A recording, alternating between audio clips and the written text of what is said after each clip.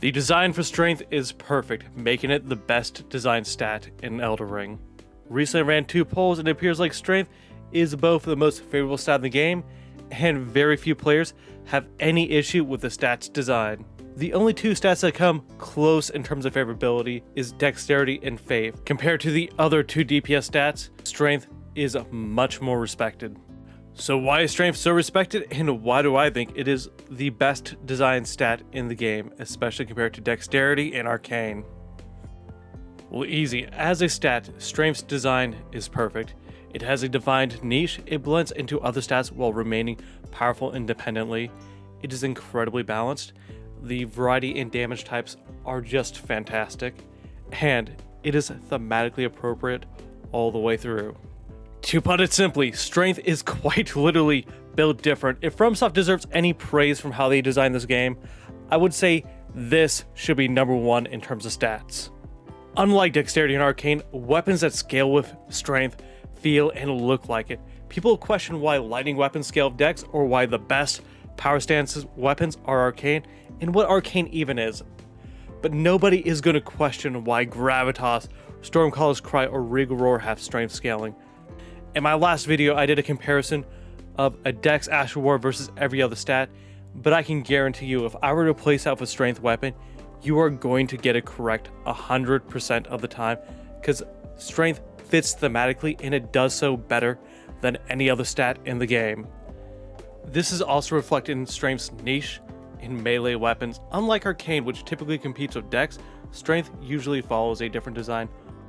Unlike incentivizing power stancing or one-handing weapons, strength instead focuses on two-handing and great shields. Two-handing gives a 50% effective strength bonus, meaning that those weapons that you get S-scaling on, you can push them even higher. Compare this to any other stat and there is no such bonus, which allows for strength to carve out its own niche, being powerful and yet unique without being obstructive to any other stat. And what I mean by this is typically Occult and Keen will outcompete when one-handing or power stancing, but when it comes to two-handing, strength inevitably comes out on top. It is the king of two-handing a weapon, incentivizing a unique gameplay style rather than being a raw numbers contest. And yet you could go more than just two-handing a weapon. There's also the option of one-handed weapon wielding a powerful shield, typically a great shield, which allows for an entirely different defensive gameplay style at a cost of a lower AR and at the cost of having a higher equip load. This allows for it to not be the objectively best stat in every situation.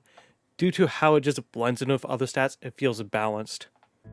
Going further into the Great Shield rabbit hole, this allows for a unique defensive gameplay style which tears through the poise of plenty of bosses while remaining incredibly safe. This is the guard counter mechanic, and this does come at a cost of a higher equip load, especially with some of the more powerful options and a lot of investment, with a decent loss in terms of light attack damage, but the stance break allows for strength to make it the de facto PvE crit build. This is in contrast to dexterity, which has the lightning affinity, making it the better PvP option. In general, with crits, yes, lightning is usually going to hit harder, but it's going to happen with strength much more often due to those poise break mechanics. Effectively, what I'm getting at is strength allows for other stats to carve out a niche for themselves, while still itself remaining independently viable.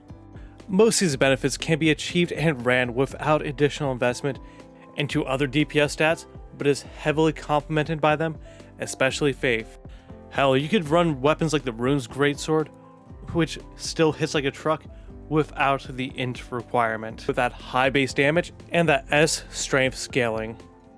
Even then, a lot of these strength weapons require lower investment into intelligence, allowing for some really solid quality and strength faith builds. And this low investment allows further incant access to really take hold.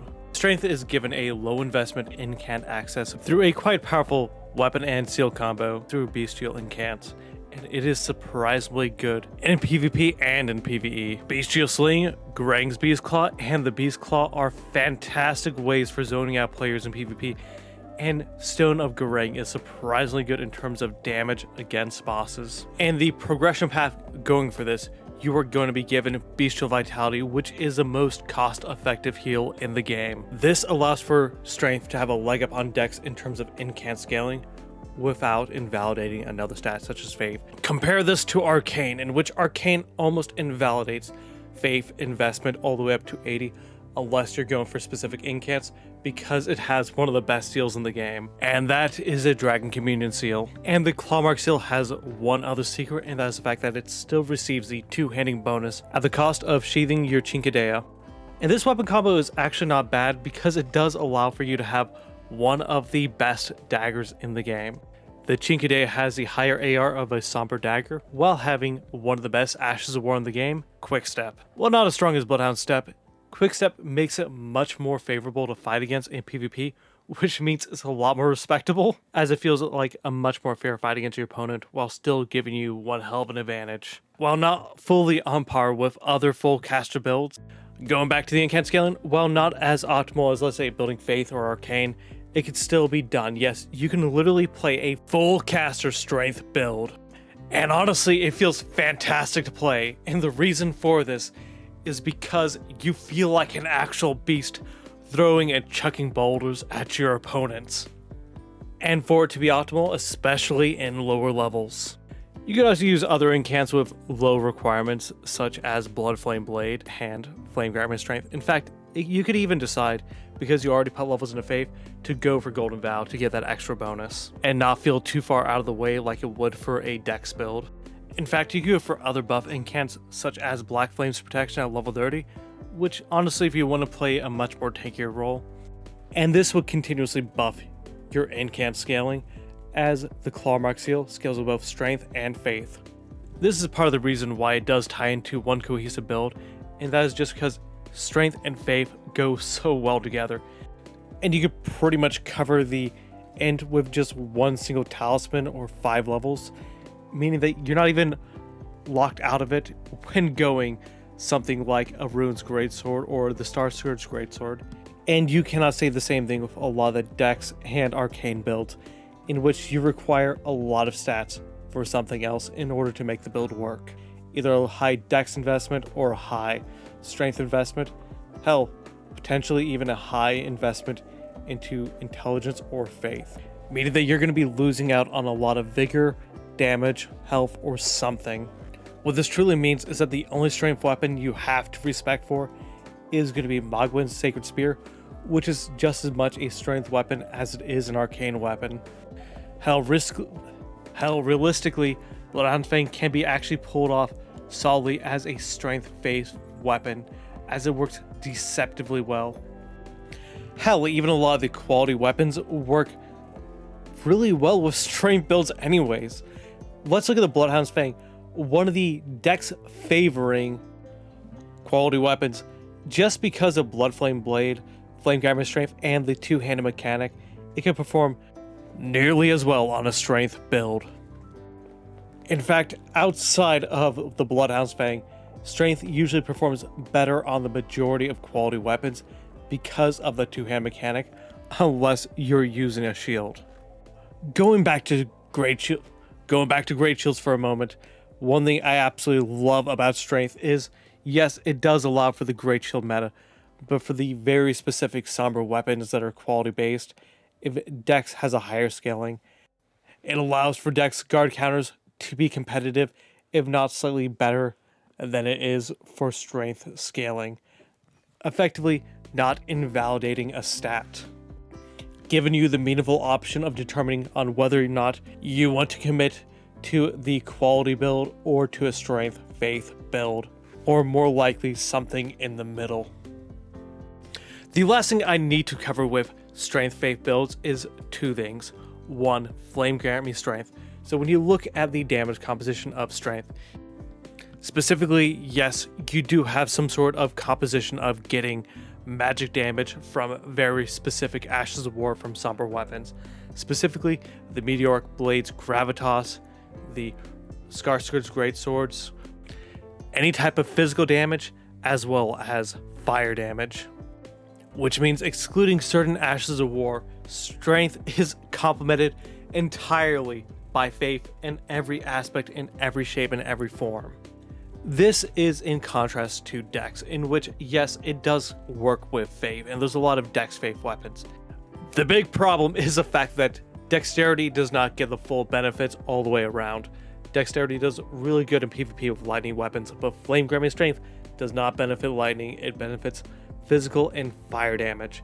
You have no similar buff to lightning, meaning the only Dex weapon that gets this benefit is going to be the Godslayer Greatsword and Vike's War Spear.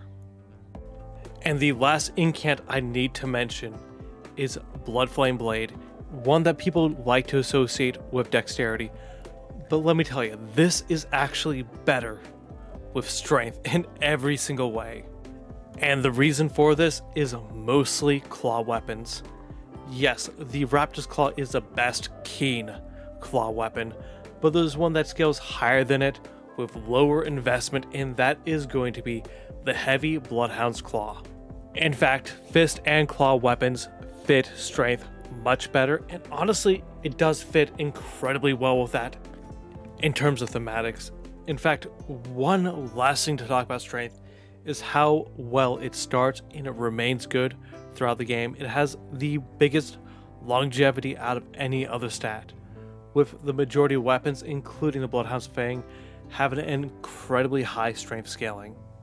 That if you're going to go a keen build and you want to two-hand certain weapons, you're going to have to go and dip into strength. But strength, usually you don't have to dip too much into dexterity from the majority of your weapons, especially early on, which allows for you to two-hand weapons, one-hand weapons, and do effectively whatever you want.